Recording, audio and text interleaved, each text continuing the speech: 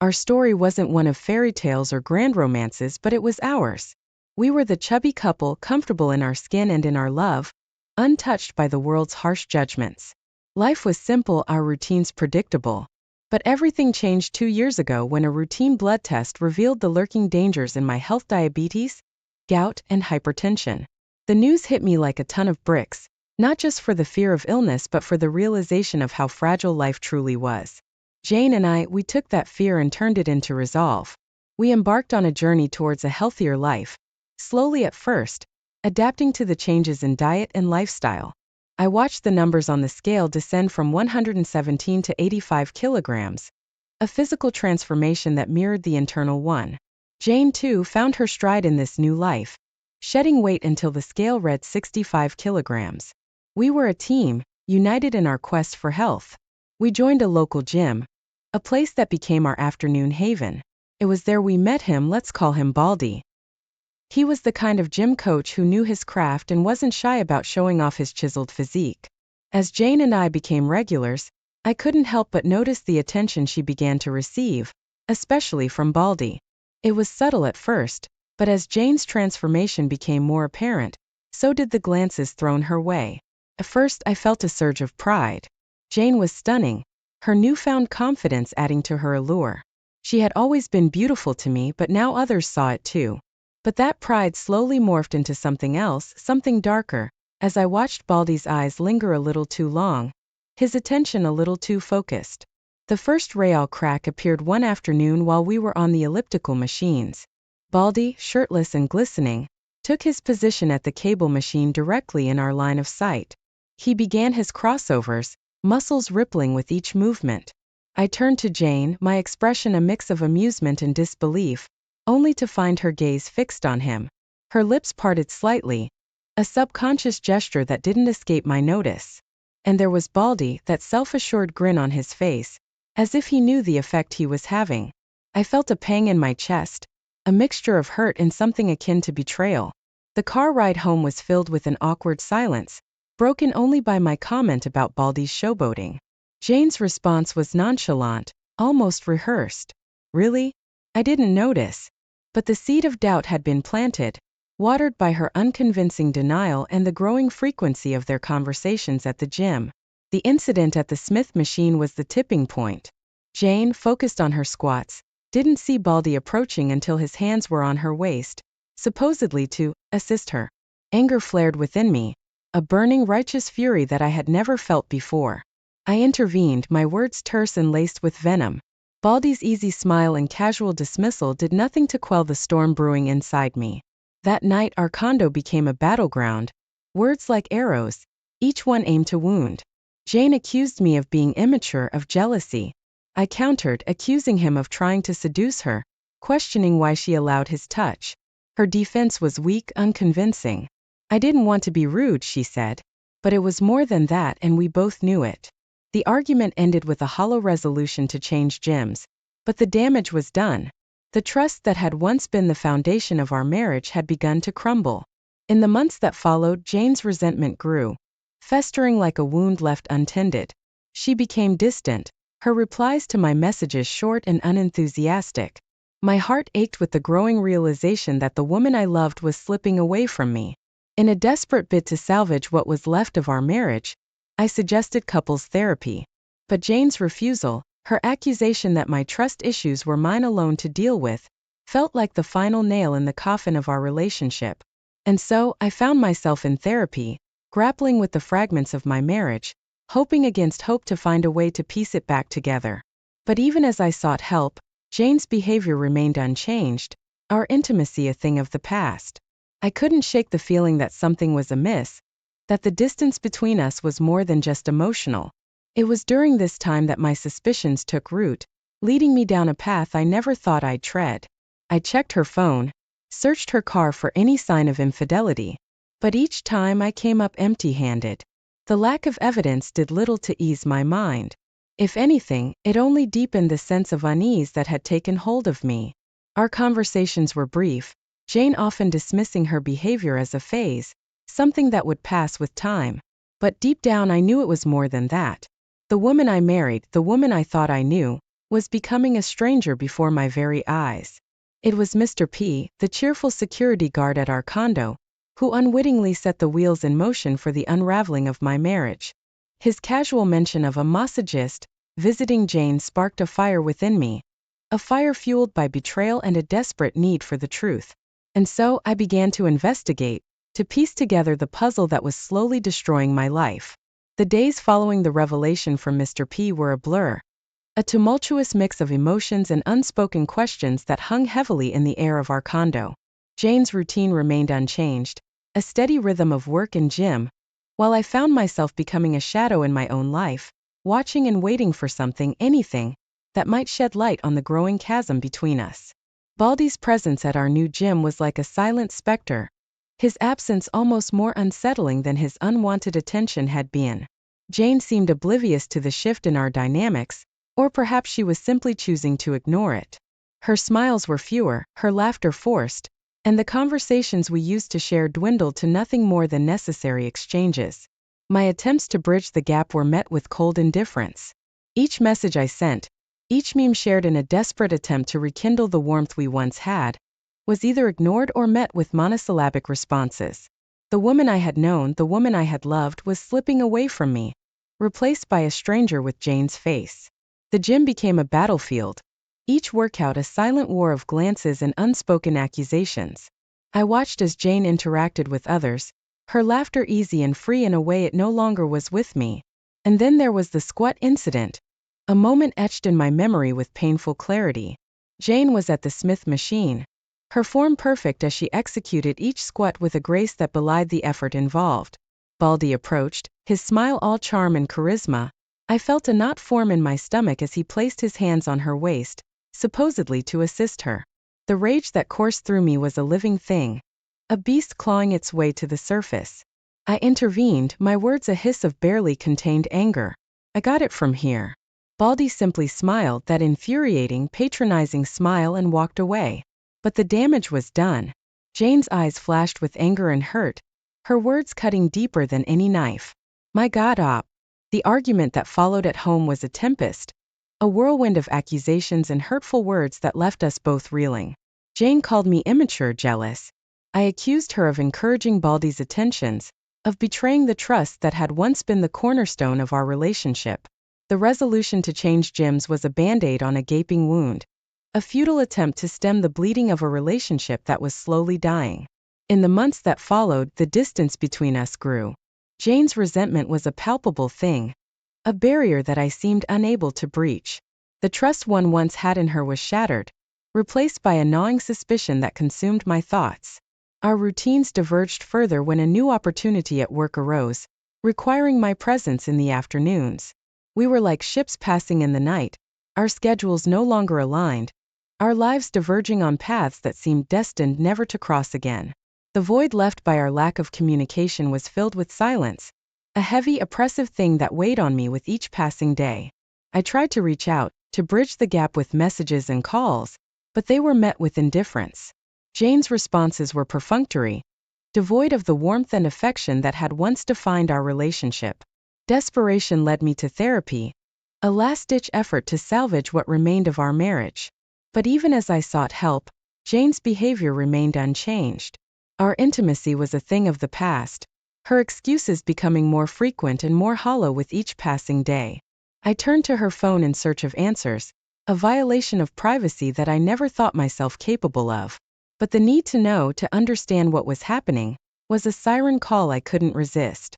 Yet, each time I looked, I found nothing, no evidence of infidelity, no secret messages or calls. It was as if Jane had become a ghost, her true self hidden behind a veil I couldn't lift.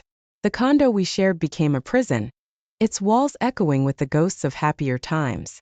The security guard, Mr. P, became an unwitting confidant, his casual comments about Jane's activities sparking a fire of suspicion within me. The mention of a massagist visiting Jane was a blow I hadn't anticipated, a revelation that sent me spiraling into a pit of despair and anger. I began to investigate, driven by a need to uncover the truth, no matter how painful it might be. I followed Jane, my heart in my throat, as I watched her meet Baldy at the mall. They were like a couple, their laughter and intimacy a stark contrast to the coldness that had become our norm. I tried to follow them, to gather the evidence I needed to confirm my worst fears. But I was thwarted at every turn. My attempts to uncover the truth met with obstacles that seemed insurmountable. The realization that Jane hadn't attended the gym in months was a revelation that shook me to my core. It was as if the woman I had married, the woman I had loved, had been replaced by a stranger. A stranger who was living a life I knew nothing about. I returned home, a man broken and lost, my mind a whirlwind of emotions and unanswered questions. The call to my parents was a lifeline. My father's comforting words a balm to my wounded soul. His advice to gather evidence, to prepare for the inevitable end of my marriage, was a cold comfort in the face of the betrayal I felt. Jane's call, her casual mention of her workout, was a knife to my heart. I played the part of the dutiful husband, hiding my pain behind a mask of illness and concern for her well-being. But inside I was crumbling, the foundations of my life eroding beneath me. The realization that Jane was communicating with Baldy under the guise of a female coworker was the final piece of the puzzle. It was a clever ruse, one that had kept me in the dark for far too long. My heart ached with the betrayal. The realization that the woman I loved was capable of such deception. As I sat in my condo, the walls closing in around me, I knew that my marriage was over. The trust, the love, the shared dreams, all of it was gone, replaced by a chasm of pain and betrayal. The woman I had loved, the woman I had planned to spend my life with, was a stranger to me now. And so I prepared for the end of my marriage, the end of the life we had built together. It was a bitter pill to swallow, but one that I knew I had to face. The path ahead was uncertain, but one thing was clear. The life I had known was over, and a new chapter was about to begin. The days following my discovery of Jane's betrayal were a maelstrom of emotions. Anger, hurt, disbelief, they swirled within me. A tempest that threatened to consume everything in its path. The life I had known, the love I had cherished, now lay in ruins, shattered by the cruel hand of infidelity. I was a man on the edge, teetering between despair and a desperate need for closure. My investigation into Jane's activities had led me to a chilling conclusion. She was having an affair with Baldy, the very man I had instinctively distrusted from the start. The security footage Mr. P showed me was the final damning piece of evidence, a visual confirmation of my worst fears. The day I decided to follow Jane was the day my world came crashing down. I saw them together at the mall, their laughter and easy intimacy a stark contrast to the coldness and distance that had become the norm in our relationship. They walked hand in hand, oblivious to the pain and betrayal that their actions had wrought. I followed them, my heart pounding in my chest, a mix of fear and determination driving me forward. But fate, it seemed, was not on my side. A vigilant guard stopped me, cutting short my pursuit and leaving me with a myriad of unanswered questions. It was then that I realized the extent of Jane's deception. Her phone, always with her, had been the perfect cover, the reason her movements had seemed so innocuous. She had been careful, cunning even in hiding her affair. But the truth was now out, a searing light that illuminated the lies and deceit that had poisoned our marriage. Returning home, I felt like a stranger in my own life. The condo, once a haven of love and comfort, now felt like a prison, its walls echoing with the ghosts of a happier past. I called my parents, my voice breaking as I recounted the sordid tale of betrayal and heartache. My father's words were a lifeline, a beacon of hope in the darkness that had engulfed me. Jane's call later that evening was a charade, a performance worthy of an Oscar. She spoke of her workout, her voice light and carefree, as if our world hadn't just come crashing down. I played along, masking my pain and anger behind a facade of illness. I needed time to plan my next move, to gather the evidence that would free me from the shackles of a loveless marriage. The revelation that Jane had been communicating with Baldy under the guise of a female coworker was the final straw. It was a betrayal of the worst kind, a calculated deception that cut to the very core of my being. My trust, once given so freely, was now shattered, broken by the lies and duplicity of the woman I had loved. The decision to end my marriage was not an easy one, but it was necessary. I had to face the truth, no matter how painful it was. Jane was no longer the woman I had married, the woman I had planned to spend my life with. She was a stranger, a shadow of the person I had once known and loved. And so, I prepared for the legal battle that lay ahead. My lawyer, a seasoned veteran of the divorce wars, was my ally in this fight, a guiding light in the darkness that had enveloped my life. The evidence I had gathered was damning, a clear indication of Jane's infidelity and betrayal. The days that followed were a blur, a haze of legal proceedings and emotional turmoil. I was a man adrift, lost in a sea of pain and heartache. But through it all, I held on to a glimmer of hope, a belief that I would emerge from this storm stronger and more resilient. The confrontation with Jane was inevitable, a showdown that was as painful as it was necessary. I confronted her with the evidence of her infidelity, her betrayal laid bare for all to see. Her reaction was a mix of shock and denial, a feeble attempt to cling to the remnants of a marriage that had long since died. I stood my ground, my voice steady and resolute. "This is over, Jane. Our marriage, our life together, it's all over." Her tears, her pleas for forgiveness, they meant nothing to me now. The woman I had loved was gone, replaced by a stranger who had betrayed everything we had built together. The divorce proceedings were a formality, a legal necessity to end a relationship that had already died. Jane's lawyer, a shark in a suit, fought tooth and nail, but the evidence was irrefutable. The judge's gavel was the final nail in the coffin of our marriage, a bitter end to a love story that had once held so much promise. In the end, I walked away from the courthouse a free man, but the freedom came at a price.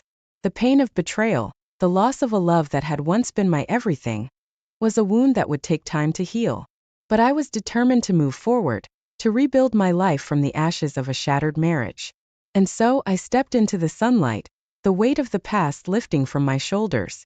The road ahead was uncertain, but I was ready to face it, ready to embrace the future with open arms.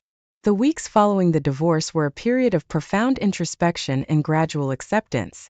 The raw wound of betrayal slowly began to heal, morphing into a scar that spoke more of survival than of pain. I found myself navigating through a maze of emotions, each turn bringing me closer to a sense of peace that had long eluded me. My days took on a new rhythm, a cadence marked by moments of solitude and reflection.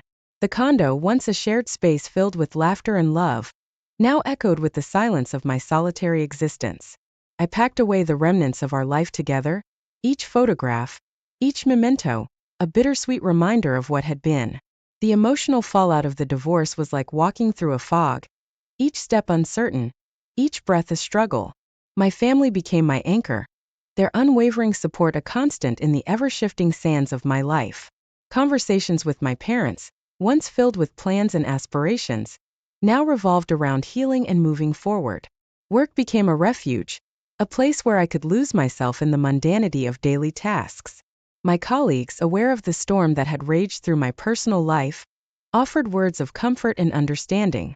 I threw myself into my responsibilities, finding solace in the routine and structure that my job provided. In the quiet moments, I found myself reflecting on the past, on the love that had once been the center of my world. Jane's betrayal was a wound that still ached, but with each passing day, the pain lessened, replaced by a sense of acceptance and eventually forgiveness. Not for her actions but for my own peace. The legal battle over our assets was a necessary evil, a final severing of the ties that had bound us together. My lawyer, a stoic figure who had guided me through the treacherous waters of divorce, ensured that the proceedings were as smooth as possible. The division of our possessions was a stark reminder of the finality of our separation, a tangible representation of the end of our shared journey. As the dust settled, I found myself looking towards the future with a cautious optimism. The gym, once a place of conflict and pain, became a sanctuary where I could rebuild my strength, both physical and emotional. The familiar routines, the rhythm of the workouts, provided a sense of stability in a world that had been turned upside down. The interactions with my neighbors, once casual and friendly, now carried an undercurrent of sympathy and curiosity. Whispers and sideways glances followed me, a reminder of the scandal that had unfolded within the walls of our condo. But I faced them with my head held high, refusing to be defined by the actions of another. The hardest part was letting go, not just of Jane, but of the life we had built together. The dreams we had shared, the plans we had made, they were all gone, replaced by a blank slate that was both terrifying and liberating. It was a time of self-discovery, of learning who I was outside the confines of my marriage. And through it all, I held on to the lessons I had learned, the strength I had found in the face of adversity. The betrayal, the pain, the heartache, they had all been part of a journey that had led me to this point, to a place of understanding and acceptance. As the days turned into weeks, and the weeks into months, I found myself emerging from the fog of the past. The world, once gray and muted, began to regain its color, its vibrancy. I was a survivor, a man who had faced the darkest depths of betrayal and emerged stronger and more resilient. The divorce, once a source of pain and heartache, became a symbol of my strength, a testament to my ability to overcome the challenges that life had thrown my way. I was no longer the man who had walked into that courthouse broken and defeated. I was a man reborn, ready to face the world with a newfound sense of purpose and determination. And as I stepped into the future, I knew that the scars of the past would always be a part of me, a reminder of the journey I had taken. But they no longer defined me. I was more than the sum of my experiences, more than the pain and betrayal that had once consumed me. I was ready to start anew, to embrace the possibilities that lay ahead. The road was uncertain, but I was no longer afraid. I was ready to face whatever the future held, with my head held high and my heart open to the endless possibilities. One ordinary evening, I sit down at our shared computer to search for a recipe for dinner. As I browse through the folders, I come across one that I don't recognize. Curiosity pique, I open it and my world comes crashing down. The folder contains explicit messages, photographs, and even videos of my wife with another man. The dates on the files reveal that this affair has been going on for months, all behind my back. As I sift through the evidence, shock and disbelief give way to heartache and anger.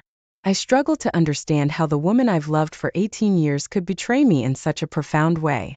I feel a whirlwind of emotions: hurt, betrayal, sadness, and confusion. Gathering the evidence, I know that I must confront my wife about her infidelity. With a heavy heart, I brace myself for the inevitable confrontation, knowing that our relationship may never be the same again. When my wife returns home, I can't contain my emotions any longer. I confront her, presenting her with the undeniable evidence from the hidden folder. She appears shocked and flustered, but doesn't deny her actions.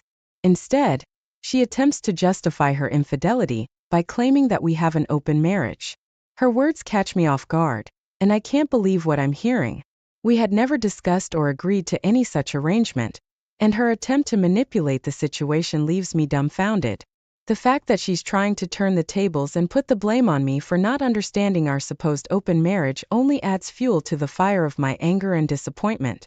As we argue back and forth, I realize that not only has my wife betrayed my trust, but she's also attempting to twist the truth to suit her own narrative.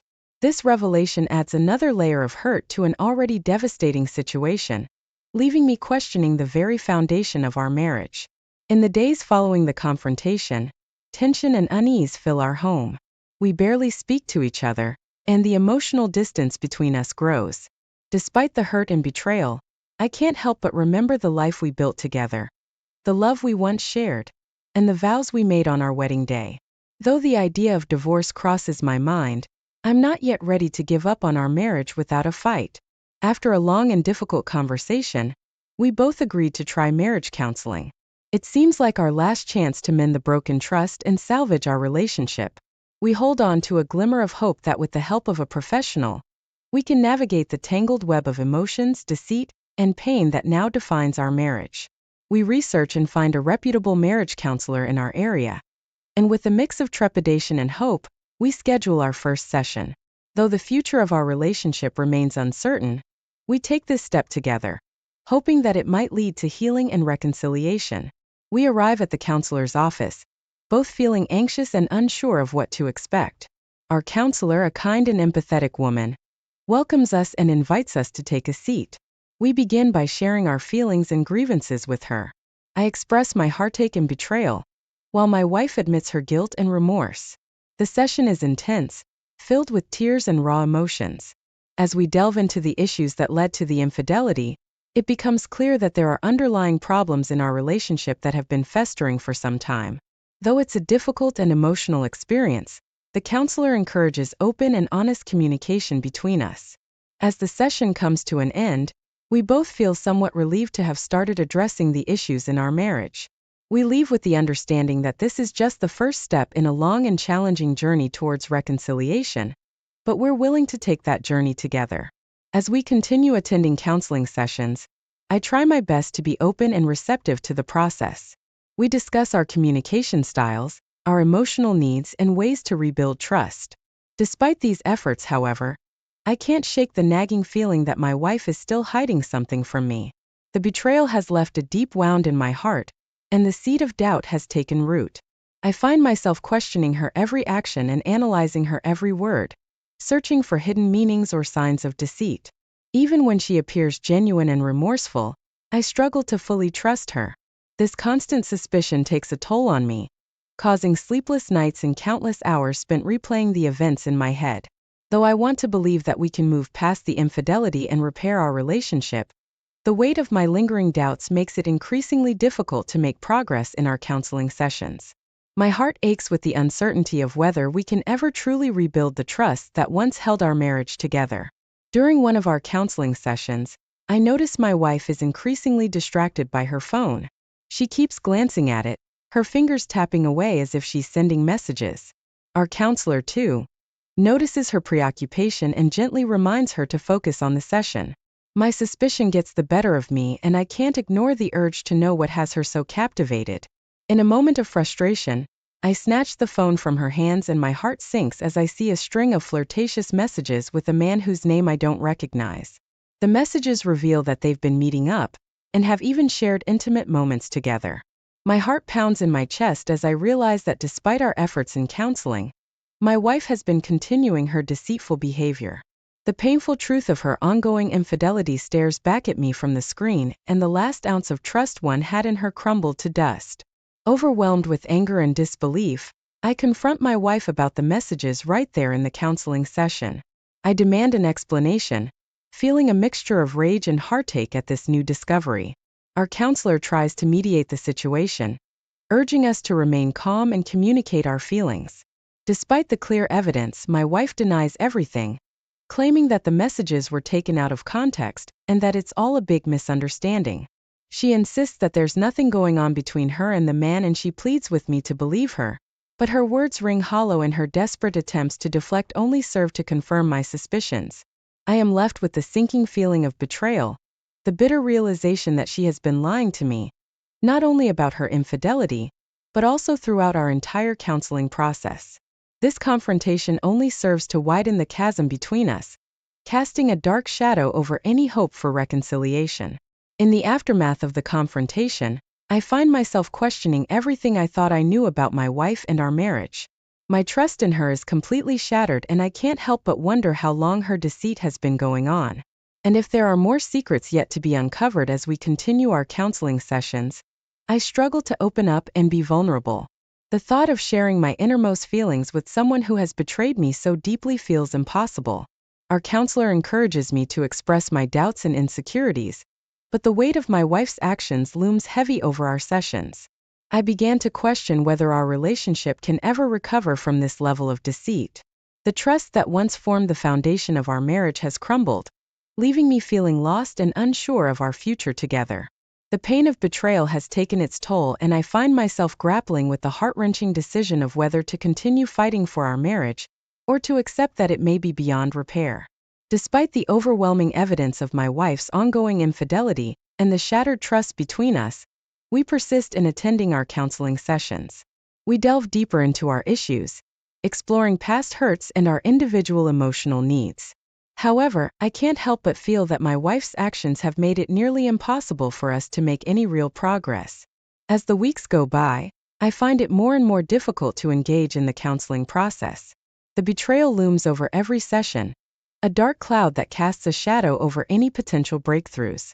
I begin to feel disconnected from my wife, and our efforts to rebuild our relationship seem futile.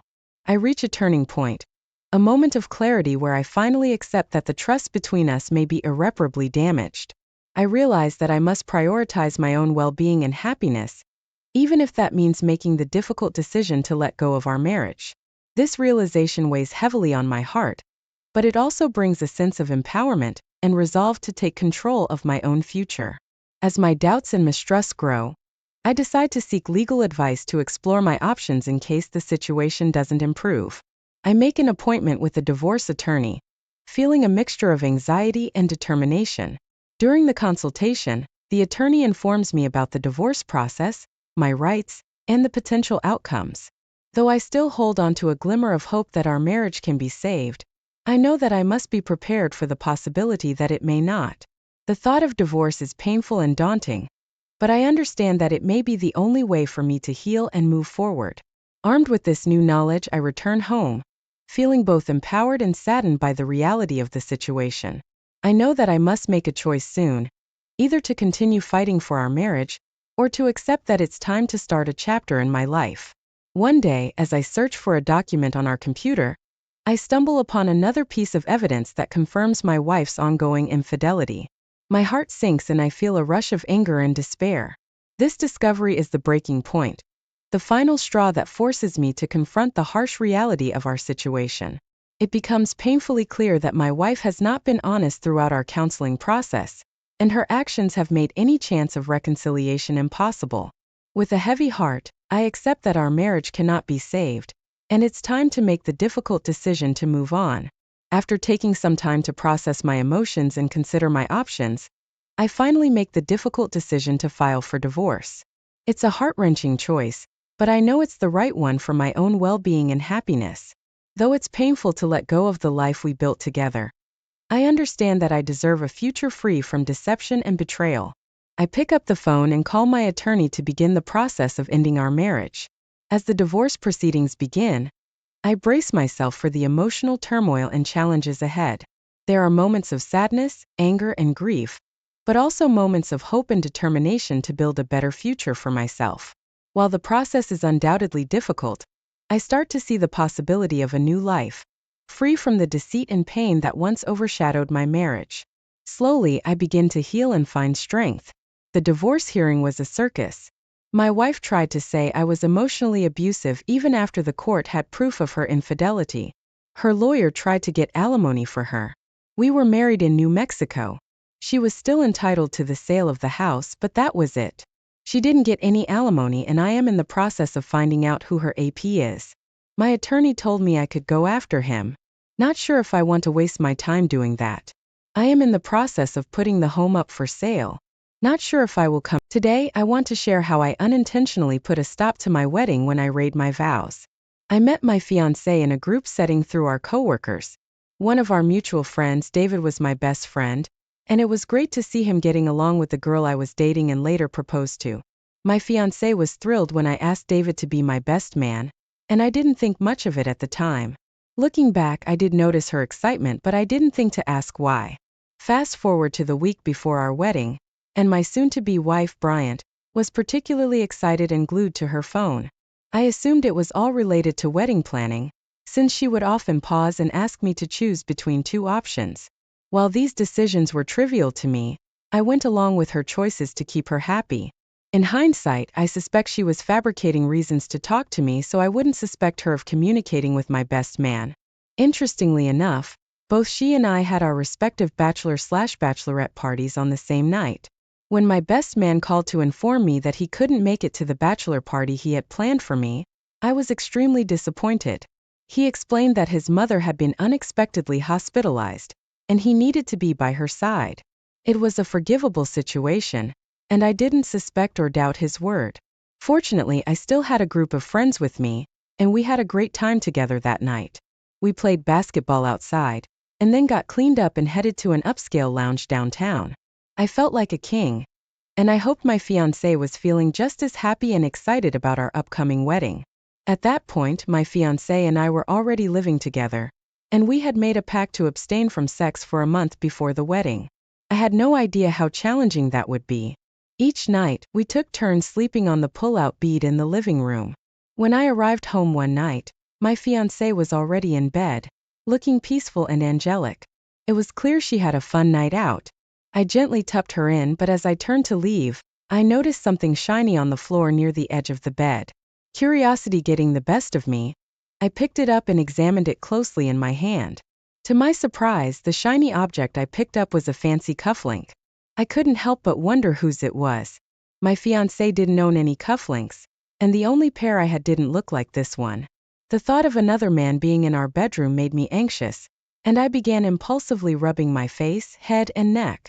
Just then, my fiancé's phone vibrated on the nightstand, and I could hear it even though she was fast asleep.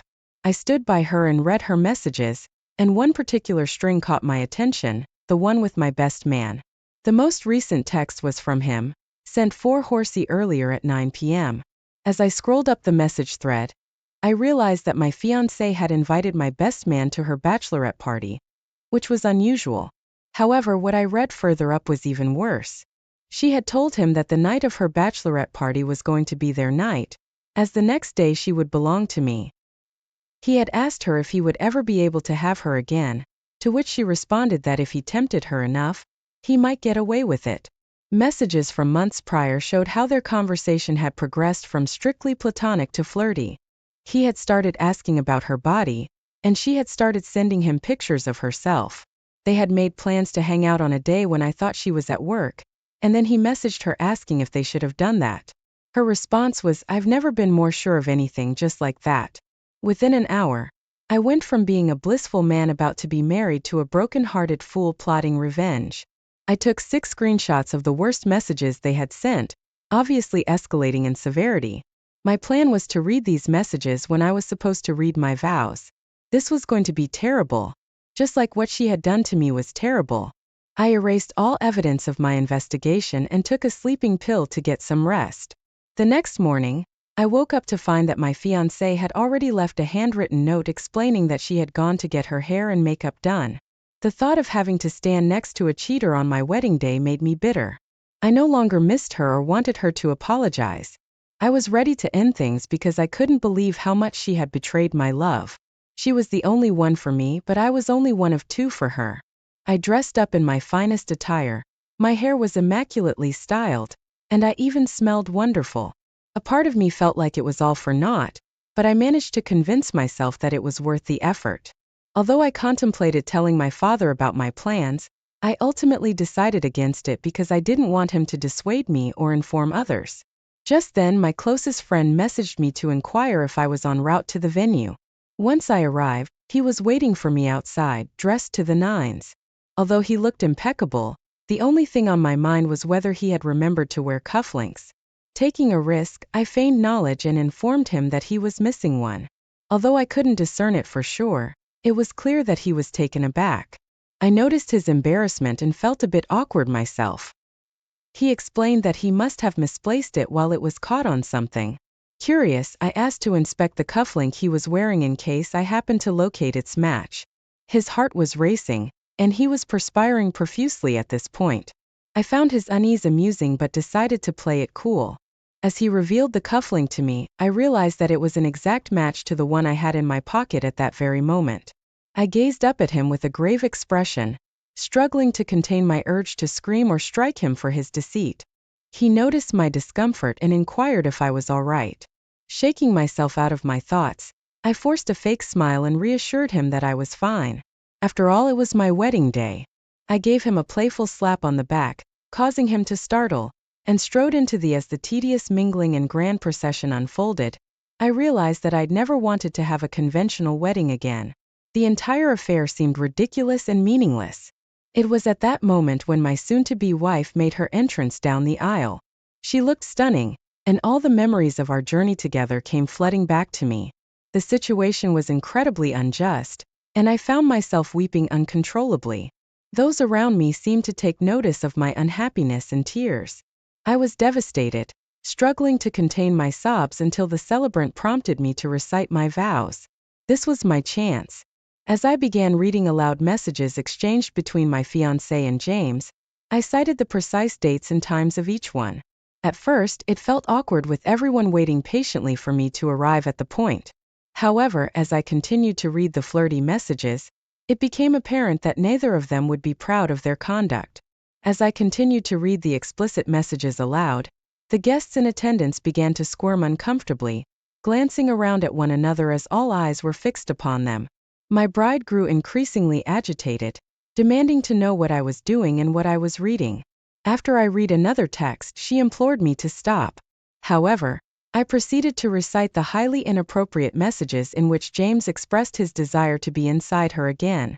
And my fiancé invited him over because I had left the house. The room erupted into a buzz of hushed conversations, and my fiancé attempted to seize my phone from me. Suddenly, my best man stormed out, followed by 5 of my groomsmen. As my fiancé attempted to snatch my phone from my grasp, I shouted out that I had pictures and videos of their illicit exchanges, and offered to show them to anyone interested. This caused a stir, with people quickly rising from their seats and leaving the venue. The celebrant questioned whether we were still going ahead with the wedding, prompting me to let out a loud, sarcastic laugh. My ex was now on her knees, dressed in her white gown and sobbing uncontrollably at the altar. Her bridesmaids were frozen in place, uncertain of how to respond. Perhaps some of them had already suspected that she was sleeping with James or had witnessed their flirtations. I took great satisfaction in seeing that no one rushed to console her or make her feel better. I stepped outside to check on my best man, only to find his car surrounded by the 5 groomsmen who were yelling and screaming at him for his betrayal. By this point, I was exhausted from all the drama and just wanted to rest. My head was pounding. I felt like I had already gotten the revenge I sought and just needed to take a nap. I asked them to let him go and back off, realizing that keeping him there would not solve anything. They reluctantly stepped back, and as they did, my would-be wife, Bryant, came running out of the venue with her bridesmaids in tow, shunning and condemning her for being a terrible person. She ran behind the car of my best man, with her bridesmaids chasing and calling her a terrible person. After about 10 yards, the best man noticed her in the mirror and stopped. She got in the car and they drove off. When I turned around, I saw that most of our wedding guests were watching the scene unfold. Many of them came up to me, offering hugs and words of advice. It felt strange, almost like a grief counseling session with a mix of our family and friends. However, my ex-fiancée had lost the support and contact of the people she once relied on and knew so well. They relocated to a new state together, but their cohabitation lasted only a year. Subsequently, my former partner returned to her parents, who were disappointed and disparaging. It was a colossal waste of time. Despite all this, she attempted to solicit another date with me, but I deemed her actions as insane. As for my closest friend, I haven't received any communication, but I'm content with that. I can no longer maintain a friendship with him anyway. Thankfully, my friends and family supported me, and discouraged me from losing hope or becoming excessively despondent. Although I haven't started dating again, I've met a wonderful woman I intend to ask out. It's difficult to fathom that someone could accept me for who I am exclusively. That's because my former partner instilled a seed of uncertainty in me. To combat this insecurity, I prefer to take my time in establishing close relationships with others. I ask them whatever I need to know and share my personal experiences with them, so they comprehend my perspective. My reaction was one of amazement. It's rare for individuals to endure such a high degree of stress as you did. I admire your tenacity and courage in collecting and reading the messages aloud at the wedding. I believe it was the most effective method for your ex-partner to learn from her mistake. I'm delighted to hear that you received substantial support on that day and beyond. It's appalling that your best friend and fiancé of all people would betray you in such a manner. However, I found your story to be captivating, especially since their union was short-lived, despite evading criticism together. This must have been an additional source of remorse for them both.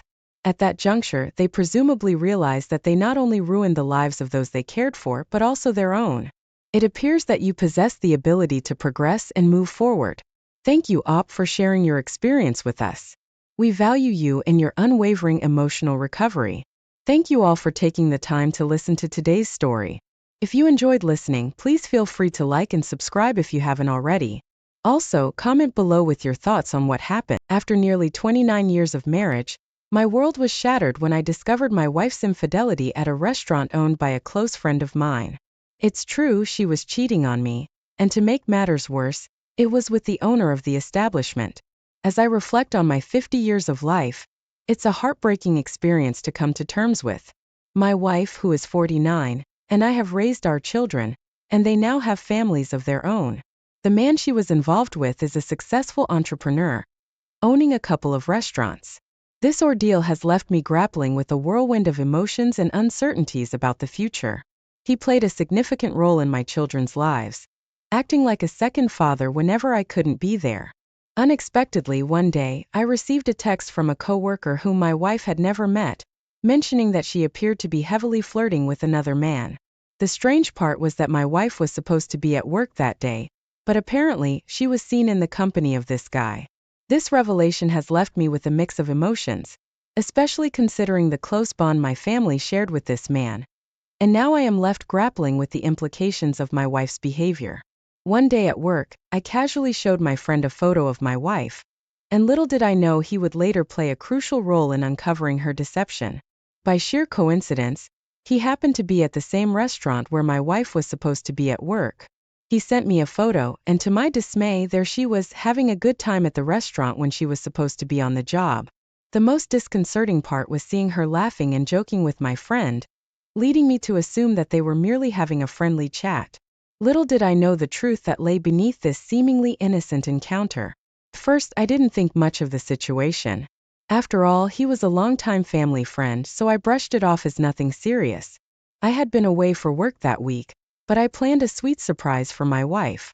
I was coming home early to take her out for lunch. Typically, my wife would call or text me when she was on her way home from work, but on that particular day, I received no message from her. As I arrived home around 11:30 a.m., I parked my car in the driveway, completely unaware of the unsettling revelation that was about to unfold. Approaching the front door, the sound of laughter emanated from inside the house, and my heart sank with a mix of emotions. As I turned the doorknob and stepped inside, there they were, my wife and my longtime friend, sharing laughs and engaged in conversation. Despite the familiarity of their relationship, the late hour, close to midnight, didn't sit well with me, and the warm and fuzzy feeling I usually had around my friend was nowhere to be found. The scene left me with an unsettling sense of discomfort, and the realization that something was amiss. Why is he alone with my wife? I wondered, feeling a surge of concern as I discovered him at our house, seeking some clarity. I asked my wife what brought him here so late, and she explained that he had dropped by for a conversation.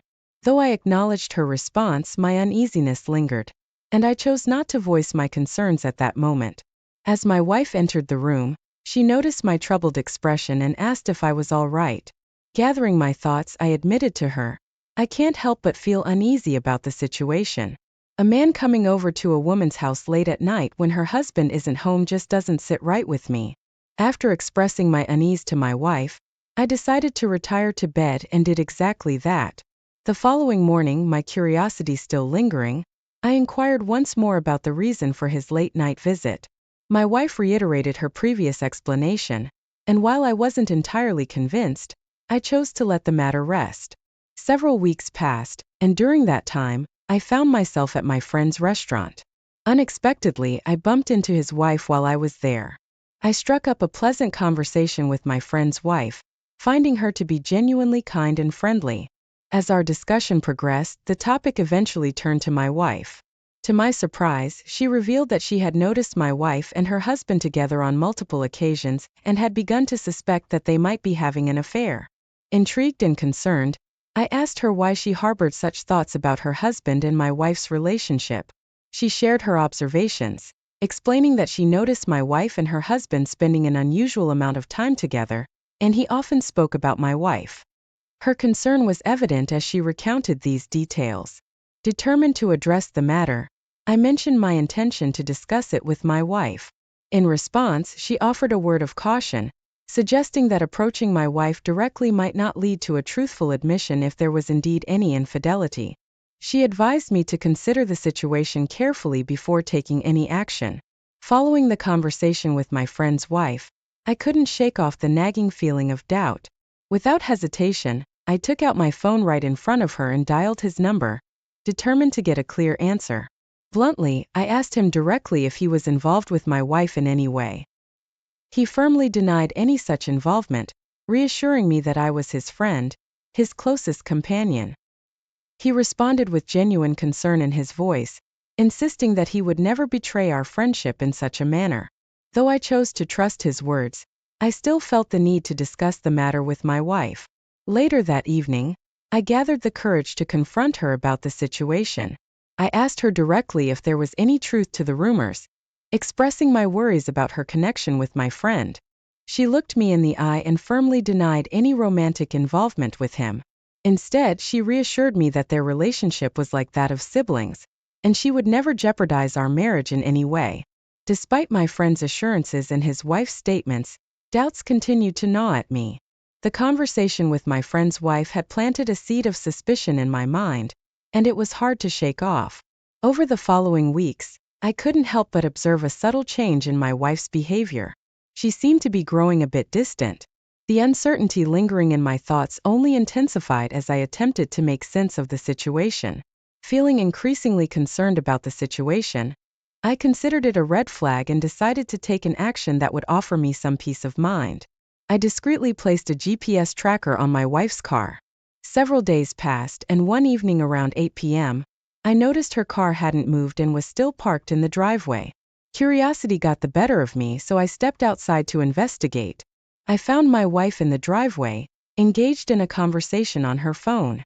Worrying thoughts swirling in my mind, I mustered the courage to ask her who she was talking to. Upon asking her, my wife replied that she was talking to a female friend. Despite her response, I couldn't shake the feeling of suspicion, especially given her behavior on the phone outside. Something just didn't seem right. After she returned inside, I couldn't resist the urge to check the GPS tracking app on my phone. It revealed that she had only gone to work and back that day, with no other notable trips. The information provided some reassurance, but I still couldn't completely shake off my concerns. As I pondered the situation, I couldn't help but wonder why she hadn't taken the opportunity to go out and do something with a friend, as most people would. However, as I checked the tracking app again the next day, it revealed the same routine. She simply went to work and back home without any stops in between. Several days passed, and one evening when I returned home from work earlier than usual, I couldn't help but notice that my wife's car was absent from the driveway. At approximately 3 p.m., I felt the need to verify the situation, so I opened the tracking app once more. It indicated that she was at a restaurant, prompting me to consider visiting the place to gather more information. However, I refrained from going inside, opting instead to drive by discreetly. As I approached the restaurant, I noticed her car parked outside, and to my surprise, I saw her seated in a booth with our close friend. What caught my attention was the fact that they were holding hands across the table. My emotions were running high. I was filled with anger and frustration. The immediate impulse was to confront her on the spot, but I managed to restrain myself. Instead, I returned home and patiently waited for her to arrive, which was around 9 p.m. When she walked in, I couldn't hold back any longer and inquired about her whereabouts. She insisted that she had been at work all day. Deep down, I knew she was lying. Trying to maintain composure, I proceeded to ask her about her day, attempting to gather more information without revealing my suspicions. She responded with a simple, "It was good," during our small talk. However, the doubt still lingered in my mind, prompting me to take action. I finally decided to hire a private investigator temporarily to help me uncover the truth.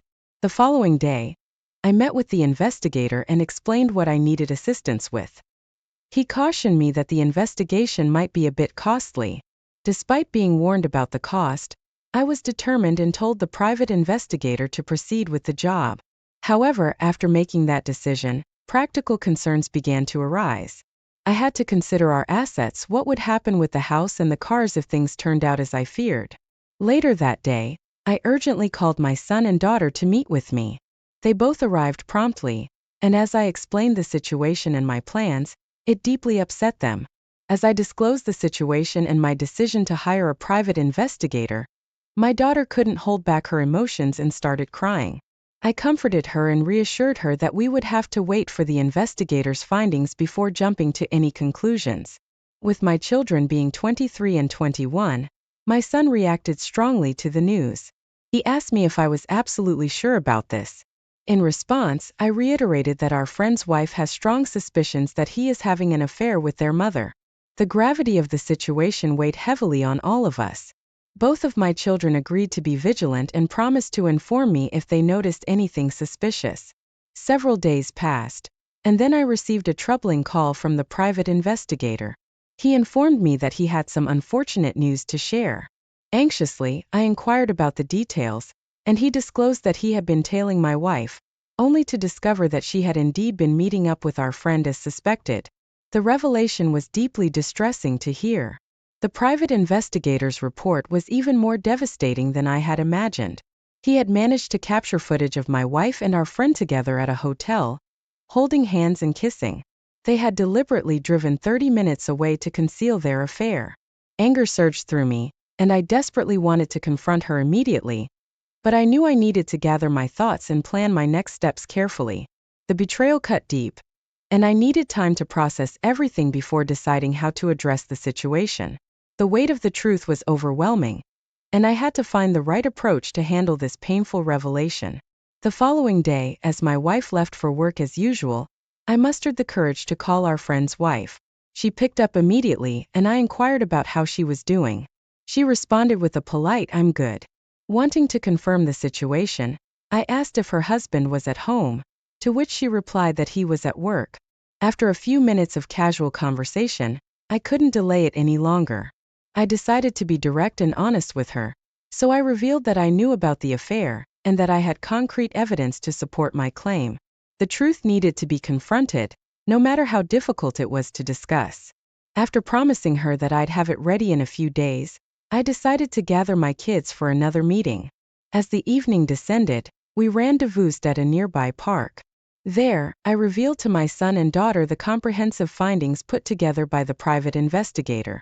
Witnessing the information before them, both of my children couldn't hold back their tears, and my son, overcome with disbelief, uttered, "I can't believe it." Upon hearing the gathered information, my daughter astutely remarked, "I knew something was up." Eager to involve them in the decision-making process, I inquired about their preferred course of action. My son asserted that confronting the individuals involved was the way to go.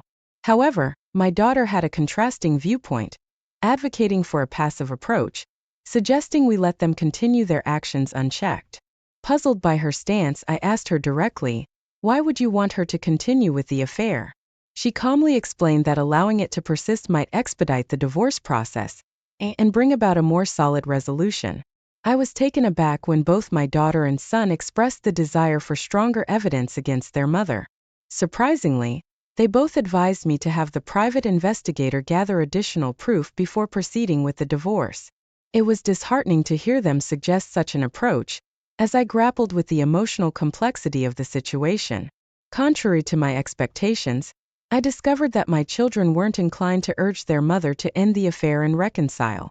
Instead, they considered her actions a significant betrayal, finding it challenging to forgive her for straying down that path with a longtime friend. They labeled her behavior as selfish. Taken aback by their candid perspectives, I assured them that I would reflect on their input and carefully consider the situation before responding. The following day, I reconvened with the private investigator, urging him to intensify his efforts in gathering more evidence. He readily agreed to continue his investigation until instructed otherwise. Over the course of a few weeks, the private investigator managed to obtain some incriminating footage of them together at a hotel located 30 minutes away. The footage showed them engaging in playful activities by the pool, further adding weight to the evidence against them. After instructing the private investigator to compile the evidence, I received the footage and immediately contacted my lawyer to apprise him of the situation. While discussing the matter, he inquired if I wanted to initiate divorce proceedings right away, but I hesitated, not wanting to rush into such a life-altering decision. Instead, I decided to share the footage with my children. Together, we gathered in silence as we watched the unsettling scenes of their mother and our longtime friend merrily frolicking in the pool. The weight of the situation hung heavily in the air as we processed the painful reality of the betrayal before us. We exchanged glances filled with disgust, realizing that the time had come for a divorce. My daughter and son advised me to refrain from confronting her directly.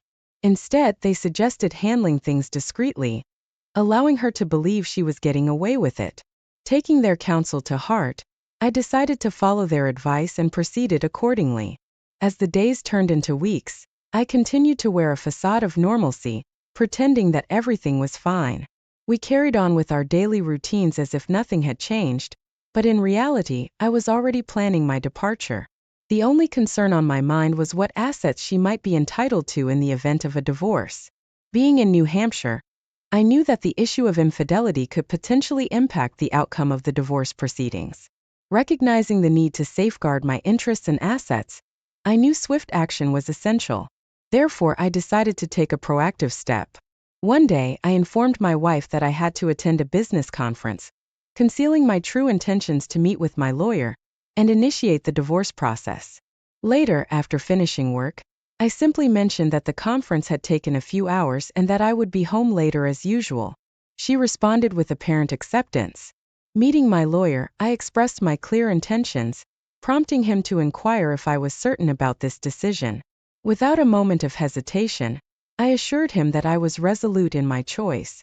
Subsequently, I contacted the private investigator and requested all the information he had gathered on her, which he promptly sent to me. Feeling prepared and armed with evidence, I reached out to my son and daughter, asking them to join me at home for a crucial discussion, one where we would collectively confront their mother about the situation.